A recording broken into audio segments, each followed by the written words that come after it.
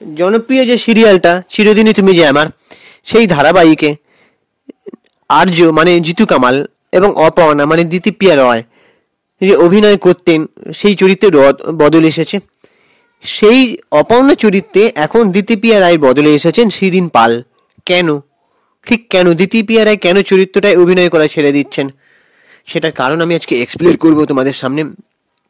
তোমরা চ্যানেলটাকে সাবস্ক্রাইব করে দাও এবং বেল আইকনটা প্রেস করে দাও। জিতু কামাল শিরিন পালকে নিয়ে অবশেষে মুখ খুলেছেন যে শিরিন পালকে দর্শকরা যেন অ্যাকসেপ্ট করে নেয়। ঠিক কী ঘটেছে পুরোটাই আমি এক্সপ্লেন করছি, তোমরা ভিডিওটা পুরো স্কিপ না করে দেখতে থাকো।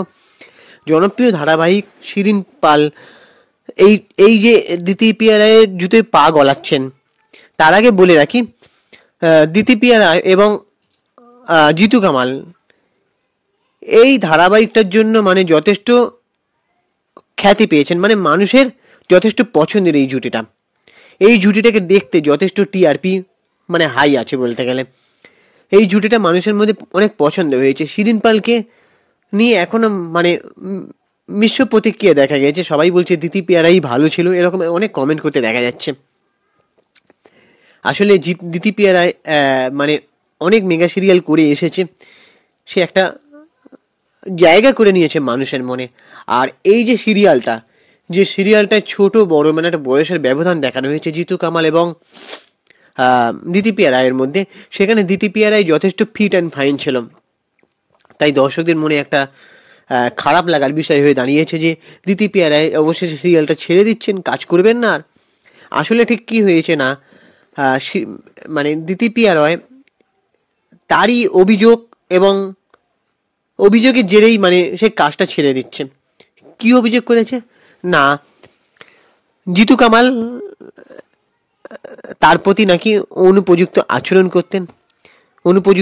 করতেন এবং হোয়াটসঅ্যাপে এআই রিলেটেড ছবি পাঠাতেন, চুম্বনের ছবি, তারপরে অস্বস্তিকর মন্তব্য করতেন, এমনটাই অভিযোগ করেছেন যতটা আমি নিউজ ঘেঁটে জানতে পেরেছি।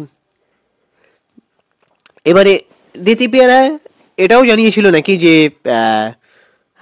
নয় নায়ক বদল হবে, নয় অমিত বদল হবে, এরকম জানা গিয়েছিল। তো অবশেষে কদিন আগেই দেখছিলাম ফেসবুকে যে দিতিপ্রিয়া রায়কে নিয়ে একটা মানে লেটার মতন লেখা যে দিতিপ্রিয়া রায় এই সিরিয়ালটার কাজ করবেন না। তো এখন অবশেষে শিরিন পাল সিলেক্ট হয়েছে এই চরিত্রটার জন্য। শিরিন পাল হচ্ছে একজন মঞ্চ অভিনেত্রী এবং মানে থিয়েটারে অভিনয় করা একজন শিল্পী। আর সে হচ্ছে যাদবপুর বিশ্ববিদ্যালয়ের ছাত্রী, মানে সে জাতা নয়, কিন্তু তাকে জাতা ভাবলে চলবে না। আর মঞ্চে বা থিয়েটারে অভিনয় করাটা বেশি কঠিন চ্যালেঞ্জ, কারণ সেখানে শর্ট ব্রেক করার কোনো টাইম থাকে না, মানে রিটেক শর্ট যেটাকে বলে। মানে সিনেমা বা সিরিয়ালে কি হয়, 1 2 3 অ্যাকশন বলা হয়, তার যখন সেই দৃশ্যটা পছন্দ হয় না ডিরেক্টরে, তখন সেই দৃশ্যটা আবার রিশুট করার একটা মানে সুযোগ থাকে, চান্স থাকে। কিন্তু মঞ্চে থিয়েটারে কি এক নাগারে অভিনয় করতে হয়, তাই থিয়েটারে অভিনয় করাটা বেশি চ্যালেঞ্জ। আর থিয়েটারে অভিনয় করা শিল্পীরাই মানে দক্ষ শিল্পী হয়।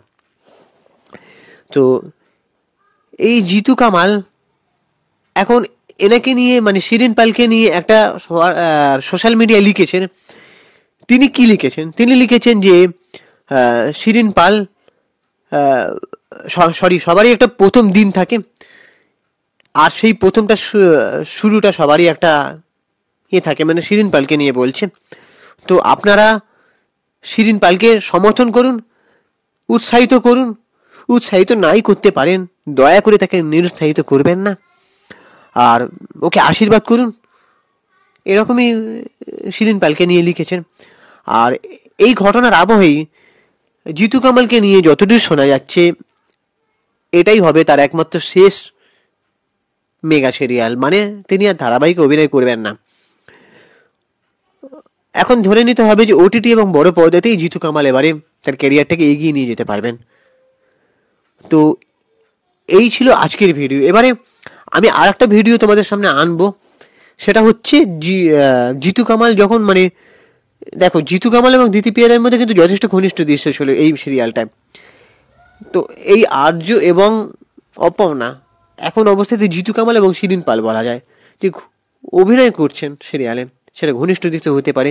এবার শিরিন পালের যে original boyfriend, actually boyfriend Jeet সুন্দর নাম তার, সে দাঁড়িয়ে দেখছিল সে কি বলছে সেটা নিয়ে আমি আজকে একটা ভিডিও তোমাদের বানাবো, তোমাদের সামনে নিয়ে আসবো। তোমরা একটা ভিডিওতে তো সেই ভিডিওটা দেওয়া, এত বড় ভিডিও করা সম্ভব নয়। তোমরা চ্যানেলটা সাবস্ক্রাইব করে দাও, বেল আইকনটা প্রেস করে দাও, সব ভিডিওগুলো আমার দেখতে থাকো। আশা করি তোমাদের ভালো লাগবে। আর আমি ইনস্টাগ্রামে রয়েছি চিঙ্কি বাবু 2531, তোমরা ওখানে গিয়ে ফলো করে দাও। টাটা, দেখা হচ্ছে পরের ভিডিওতে। ততক্ষণে নিজের শরীরের খেয়াল রাখো, সুস্থ থাকো, ভালো থাকো। আর হ্যাঁ, কী মনে হয় তোমাদের যে শিরিন পালকে দর্শকরা কি মেনে নেবে? আমার মনে হয় মেনে নেওয়াটাই উচিত, কারণ কাউকে না কাউকে তো আসতে হবে। তো শিরিন পালও আশা করি ভালো করবে। আমার সেই শিরিন পালের প্রতি অনেক শুভেচ্ছা রইল। টাটা।